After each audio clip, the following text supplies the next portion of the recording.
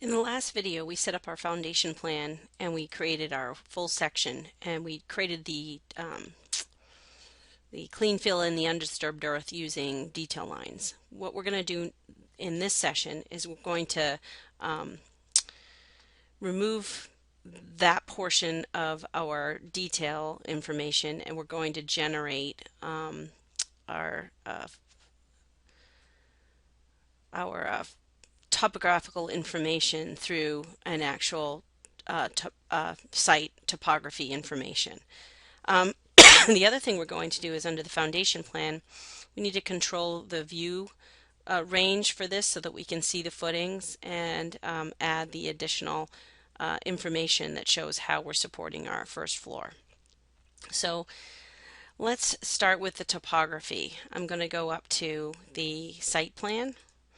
And in the site plan, we're going to make sure that we have the crop view turned off. And what we're looking at is we're looking down on our roof plan. And it looks like I've got some editing to do where we made the change to the height of the roof, or where the roof landed, and I've got to fix where this floor is, and I've got to change the size of that ceiling. Again, I'll do that a little later. So what we're seeing is the top view of our house from, let's take a look at our view range, from 200 feet above the first floor level. Our cut plane is also 200 feet above that level, because we don't want to actually see a horizontal cut plane of the walls. We want to see the roof. The top of concrete is the bottom level, and we have a depth of only top of concrete. Now what's going to happen is, if we put in any kind of topography information that goes below the top of concrete, we're not going to see it. So I'm going to change the level here to negative 20 feet, assuming we're not going to have ground sloping more than that distance in this scenario. If you had a really steep grade and you had more than 20 feet, then you would go obviously more than 20 feet to see all of the contour lines. The next step is to go to mass and siting, and a site rather, and we want to create a toposurface. So you click on the toposurface, and the default setting is to place a point. The elevation for the point is set to 0, 0. Well, remember what 0, 0 is associated with is our first floor. Okay, so that means we would be creating ground right here at the top of the first floor. Well, we want our ground to be down here somewhere around the majority of our foundation. In fact, I'd like it to be down just a little bit further so that we have enough room to put some windows in the top of our foundation wall. So, let's go back here. So it looks like what we'd want to do is set that to maybe 2 feet or 2.5 feet below the 1.25 foot. So if I would change my topography points to negative 3 feet 6.25, that would make sense, because then it would be 2.5 feet down from the top of the foundation wall. And we can make adjustments to that as we see fit. So let's go back to that site plan, and I'm going to change the value here to 3 feet, negative 3 feet 6.25 inches. And then I'd place those points around the building, so you'd have, assuming you'd have like a little flat spot that the house would actually have been built on. And then I can be creative here, and I can just decide I want to slope down 6 feet on the front, and then I want to slope down negative 10 feet on the back of the house. And you see what's happening here is contour lines are being created based on the change in elevation that we have. It's been interpreted based on what I have here for a point value and what I have down here, and those interpretations are coming through. If you decide you need to make an adjustment to an existing point, you can click on that point and then put in a new value. So let's see what this does by hitting the checkbox, and let's go to that section view.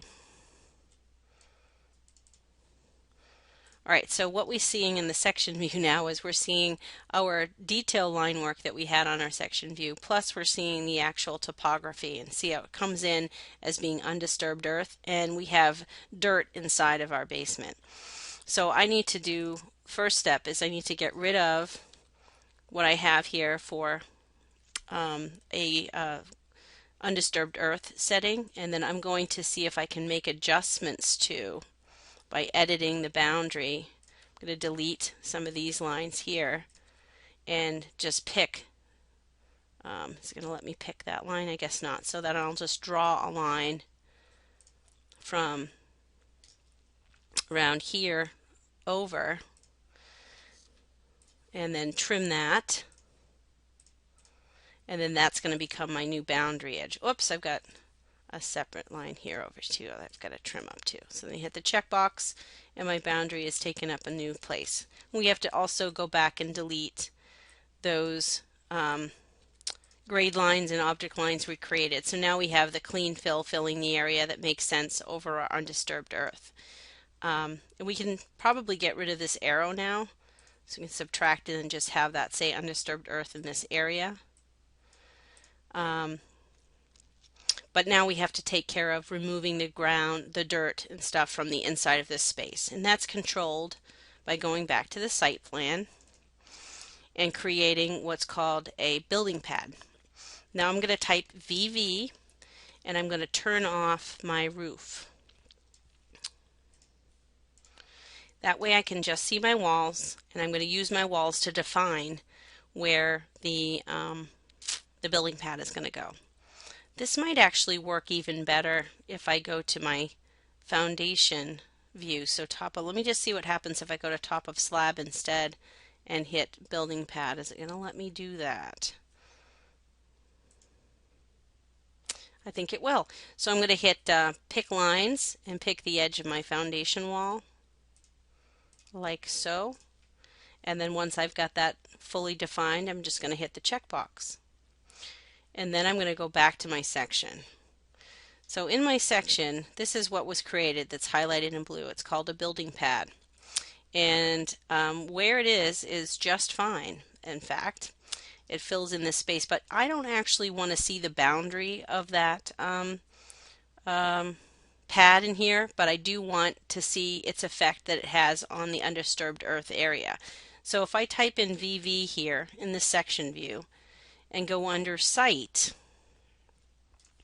I can hit the plus sign next to site and just turn off the pads.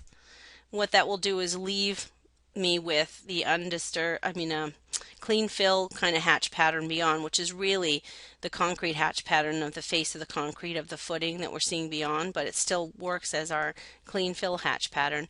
I can fill in an area with crushed stone, and I can add the perimeter drain pipe.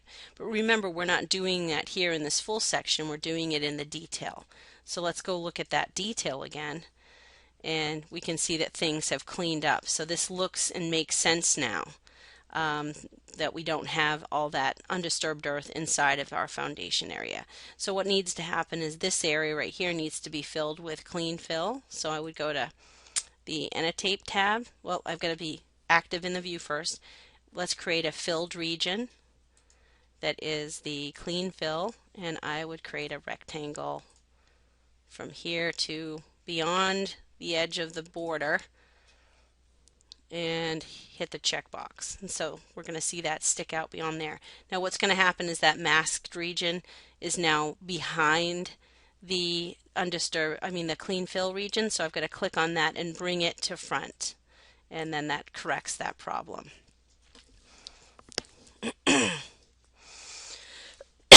So that takes care of the difference between dealing with this as detail lines and then dealing with this as an actual terrain object. So let's put in some windows in the foundation. So go to the foundation, and we're going to put some windows in there. Going to architecture, I'm going to pick a load. Let me just see if it's in here already. See if awning windows are in here. They are. And I want to load the, let's try the 36 by 24 and put them in the back here, I think, and the side.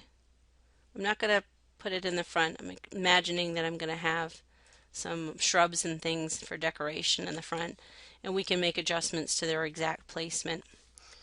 Let's move this so that it is going through the section, and that way when we go to our detail view we see our window in section. And there's a problem. We can see that the window should be up here, and if we double click and select that window, the sill height for the window, or head height rather, has been set to only 5 feet. Let's try setting that at 7'4". Whoops, gotta type it in correctly. 7'4". That's a little bit too high. Let's try 7'3". And what we're looking for is that the window fits right in at the top of the foundation wall.